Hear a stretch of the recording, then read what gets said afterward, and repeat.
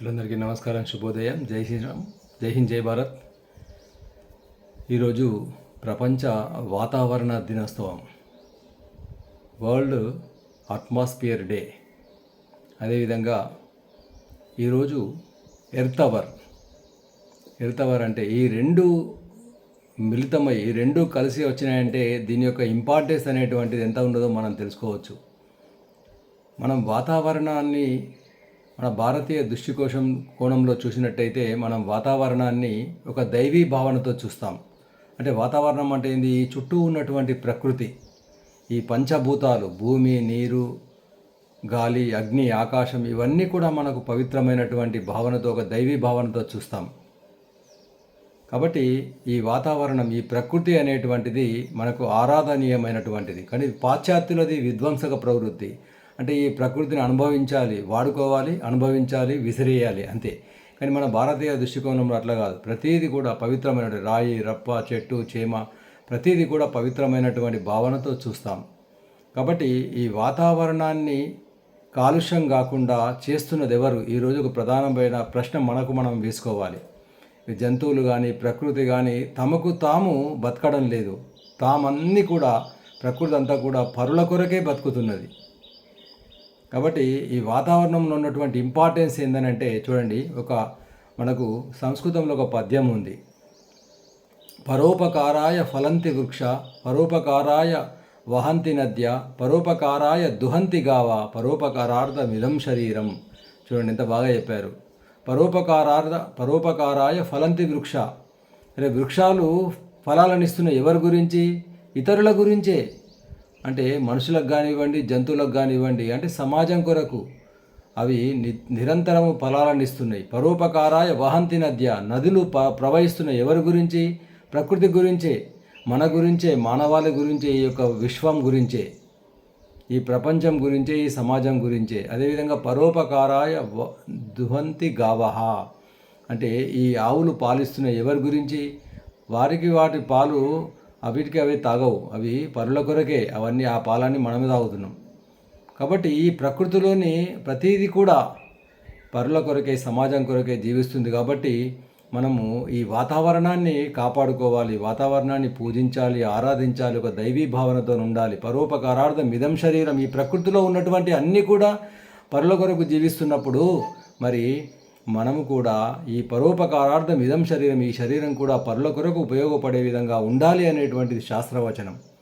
కాబట్టి వాతావరణ దినోత్సవం పైన అవగాహన కల్పించడానికి ఈరోజు వాతావరణ దినోత్సవం అనేటువంటిది ప్రారంభించడం జరిగింది.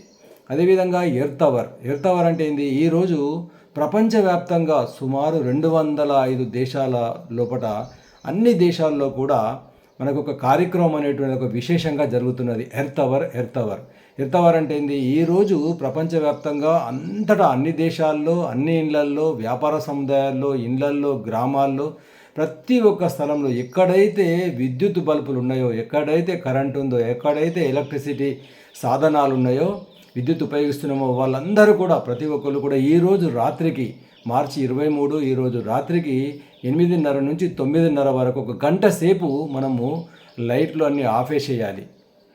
కరెంటు వాడకూడదు. ఎలక్ట్రానిక్ వస్తువులన్నీ కూడా, టీవీలు కానీ, ఫ్రిడ్జ్లు కానీ, ఐరన్ బాక్సెస్ కానీ, ఇంకా కూలర్స్ కానీ, ఏసీలు కానీ, కంప్యూటర్లు కానీ, ఇవన్నిటినీ కూడా ఆపేయాలి. దీనివల్ల ఏమవుతుందంటే వాతావరణం పైన ఒక సరైనటువంటి అవగాహన కల్పించడానికి, మరి వాతావరణ కాలుష్యం చేయకూడదు అనేటువంటి, ముఖ్యంగా ఈ ఎలక్ట్రానిక్ గాడ్జెట్స్ అన్నీ కూడా, సెల్ ఫోన్లు కానీ, ఇవన్నీ ఏం చేస్తున్నాయి? వాతావరణంలో రేడియేషన్ను వదిలిపెడుతున్నాయి, అంటే రేడియేషన్ కలిగిస్తున్నాయి. అదేవిధంగా ముఖ్యంగా కర్బన ఉద్గారాలను మరి వ్యర్థ పదార్థాలను ఈ వాతావరణంలోకి విడుస్తున్నాయి. కాబట్టి వీటిపైన అవగాహన ఉండాలి. ప్రపంచవ్యాప్తంగా ఒకేసారి ఒకే గంట లోపల మరి ఇవన్నిటినీ కూడా విద్యుత్తును ఆదా చేసినట్టయితే కర్బన ఉద్గారాలు వాతావరణంలోకి వదలకుండా ఎంత శక్తిని మనము ఒకసారి మనము పొదుపు చేయగలం, అదేవిధంగా ఎంత విద్యుత్తును మనం ఆదా చేయగలం. కాబట్టి ఇదే ఎర్త్ అవర్. అంటే 2007 సంవత్సరంలో సిడ్నీలో వరల్డ్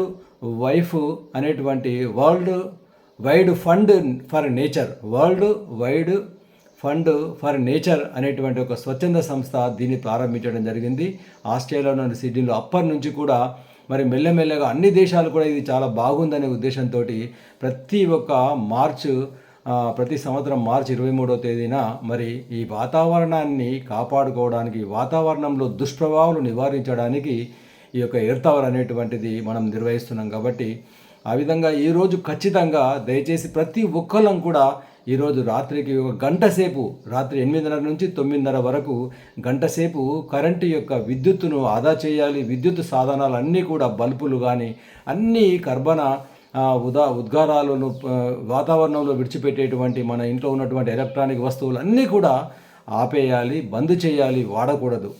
ఆ విధంగా వాతావరణాన్ని కాపాడుకుందాం, మన యొక్క ప్రకృతిని కాపాడుకుందామని తెలియజేస్తూ మరి ఈ అందరూ కూడా నేను ప్రతి సంవత్సరం కూడా దీన్ని పాటిస్తాను. ప్రతి సంవత్సరం గంట సేపు నేను లైట్లో ఆపేస్తాను. కాబట్టి మీరు కూడా ఈ పని చేస్తారని మీ అందరినీ కోరుతూ మరొకవేళ ఈ వీడియో మీకు నచ్చినట్టయితే 10 మందికి షేర్ చేయండి. దేశం కోసం, ధర్మం కోసం, సమాజం కోసం ఛానల్ను సబ్స్క్రైబ్ చేయడానికి కోరుతూ జై శ్రీరామ్.